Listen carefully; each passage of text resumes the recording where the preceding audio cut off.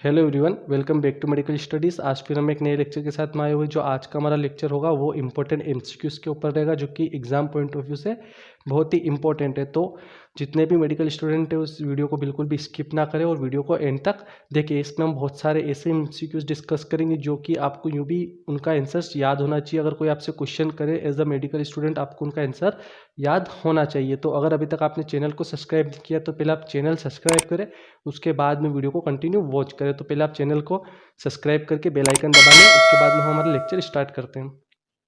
आज के हमारे जो एमसीक्यूज़ रहेंगे वो हमारे रेस्पिरेटरी सिस्टम और हमारे लिम्फेटिक सिस्टम के ऊपर रहेंगे।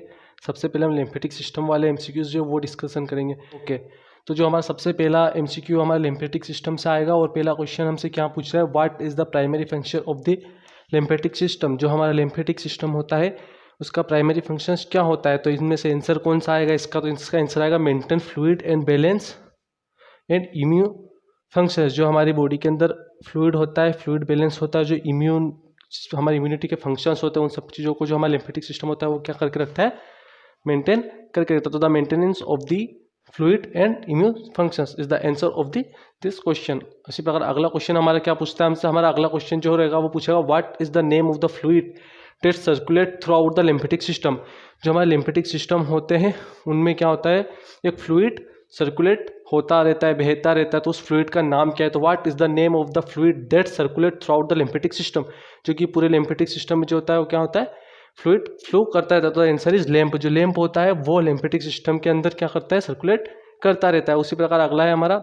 ओके, अगला क्वेश्चन क्या है, what type of blood cells are lymphocytes. इनमें से कौन से प्रकार के जो ब्लड सेल्स होते हैं वो लिम्फोसाइट सेल्स में आते हैं। तो आंसर आएगा वाइट सेल्स। जो वाइट ब्लड सेल्स होते हैं, WBCs होते हैं, वो हमारे लिम्फोसाइट्स में ब्लड सेल्स में क्या होते हैं, आते हैं। इसी प्रकार अगला question, which is not one of the two primary types of lymphocytes. इनमें से कौन से सेल जो होते हैं वो प्राइमरी टाइप नहीं होते हमारे लिम्फोसाइट सेल्स के। तो आंसर है डी सेल्स। जो डी सेल्स होते हैं वो हमारे प्राइमरी टाइप्स नहीं होते हमारे लिम्फोसाइट्स के। तो the answer is D cell. अगला क्वेश्चन क्या है, what is the name of the small bean shaped organ that filter lymph and trap poison particle and sales.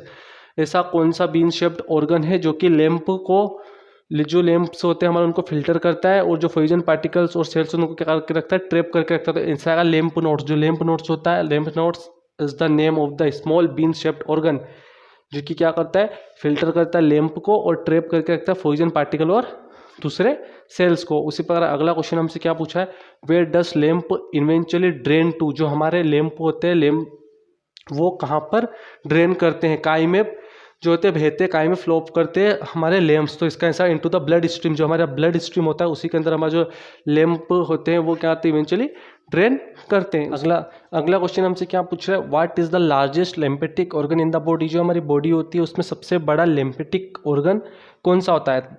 तो इसका आंसर आएगा spleen. Spleen is the largest lymphatic organ in the body. जो हमारी body है उसमें सबसे जो बड़ा लिम्फेटिक ऑर्गन होता है वो स्प्लीन कहलाता है। उसी प्रकार अगला क्वेश्चन हमसे पूछा जा रहा है, where is the spleen located. हमारा स्प्लीन जो है वो कहाँ पर लोकेट होता है।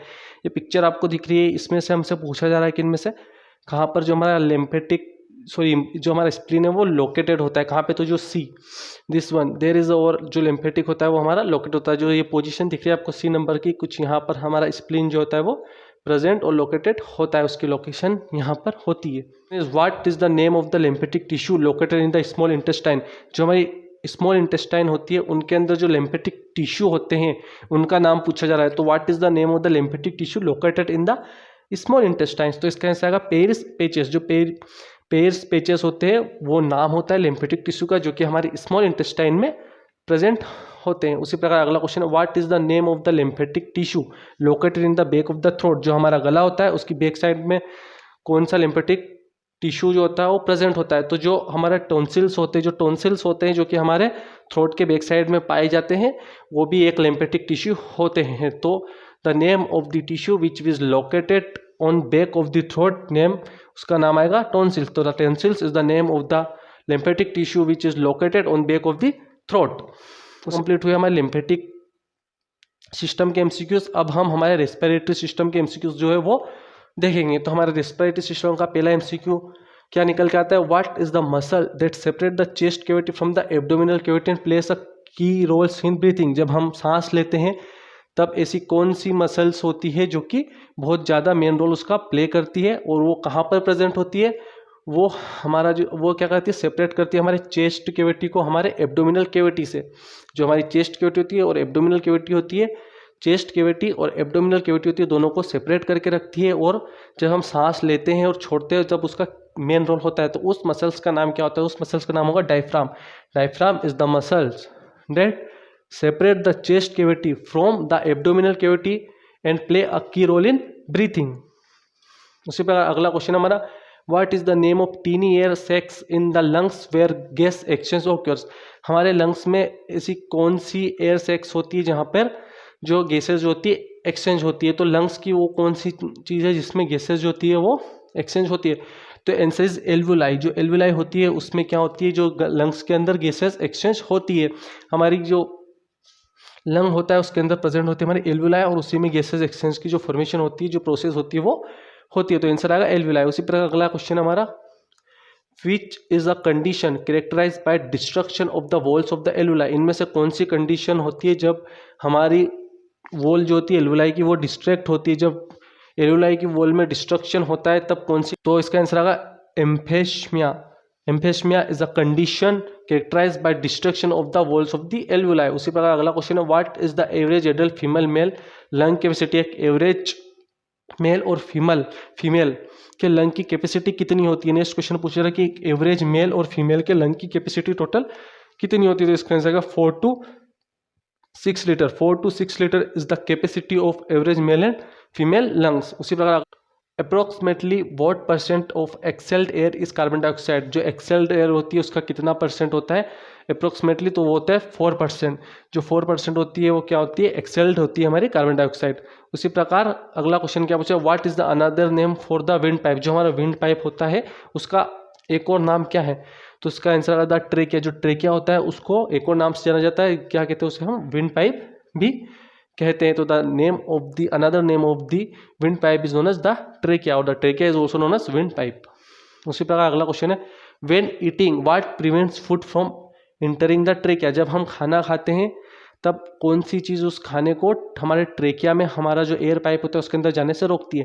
बेसिकली जो हमारा विंड पाइप होता है और जो हमारा इसोफेगस की ओपनिंग होती है वो एक ही जगह पर प्लेस होती है। तो हम जब भी खाना खाते हैं तो वो खाना हमारे इसोफेगस के बजाय कभी भी जो हमारा ट्रेकिया उसमें नहीं जाता है। आंसर आएगा द इपीग्लोटाइटिस। जो इपीग्लोटाइटिस होती है उसके कारण जो अब भी हम फूड को खाते हैं तो वो हमारा इसोफेगस में जाता है, ना कि ट्रेकिया में। अगर इपीग्लोटाइटिस नहीं रहे तो जो खाना है वो ट्रेकिया में भी जा सकता है। तो the epiglottitis is preventing the food from entering the trachea. उसी प्रकार अगला क्वेश्चन क्या पूछ रहा है, name of the narrow vertical wall of bone and cartilage that separate the nasal cavity. तो आंसर आएगा सेप्टम। इसका आंसर क्या आएगा, सेप्टम। उसी प्रकार question, name of the hair like structures in the nasal cavity that help to filter the air. जो हमारी नाक होती है उसमें एक हेयर लाइक स्ट्रक्चर्स होता है नेजल कैविटी में, जो कि क्या करते हैं, जो एयर होती है उसको फिल्टर करते हैं, थोड़ी सी वार्मनेस उसमें डालते हैं, जो डस्ट होता है उसको फिल्टर करते हैं। तो उस चीज़ का नाम है cilia. The cilia is the name of the hair like structure in the nasal cavity that help to filter the air. जो क्या करता है, एयर को फिल्टर करता है। उसी अगला और आखिरी क्वेश्चन आएगा हमारा, जो कि काइस में रहेगा हमारे रेस्पिरेटरी सिस्टम का अगला और आखिरी क्वेश्चन है। हमसे क्या पूछ रहा है, which of the following is an abnormal buildup of fluid in the lungs. हमारे लंग्स में कभी कभी एबनॉर्मल तरीके से जो फ्लूइड होता है वो बनता रहता है। तो उस कंडीशन को हम क्या कहते हैं, अगर लंग्स के अंदर एबनॉर्मल फ्लूइड का बिल्डअप हो जाता है, फ्लूइड जो होता है भरा जाता है या फिर वहाँ पर बनता है, तो उस कंडीशन को हम कहते हैं pulmonary edema. Pulmonary edema is a condition for buildup of fluid in the lungs. So ये हमारे आज के एमसीक्यूज जो है वो कंप्लीट होते हैं। सो देखा आपने, ये थे हमारे कुछ इंपॉर्टेंट एमसीक्यूज जो कि हमने आज एक एक करके अच्छे से डिस्कस करे। अगर इससे रिलेटेड कोई भी क्वेरीज हो तो आप कमेंट सेक्शन में कमेंट डालें, और अगर कोई भी डाउट हो तो आप कमेंट सेक्शन में कमेंट डालकर मुझसे पूछ सकते हो। और अगर आपको कोई सा नेक्स्ट टॉपिक के लिए अगर कोई सा वीडियो सजेस्ट करना हो तो आप उसके लिए भी सजेशन दे सकते हो। Thank you, have a good day.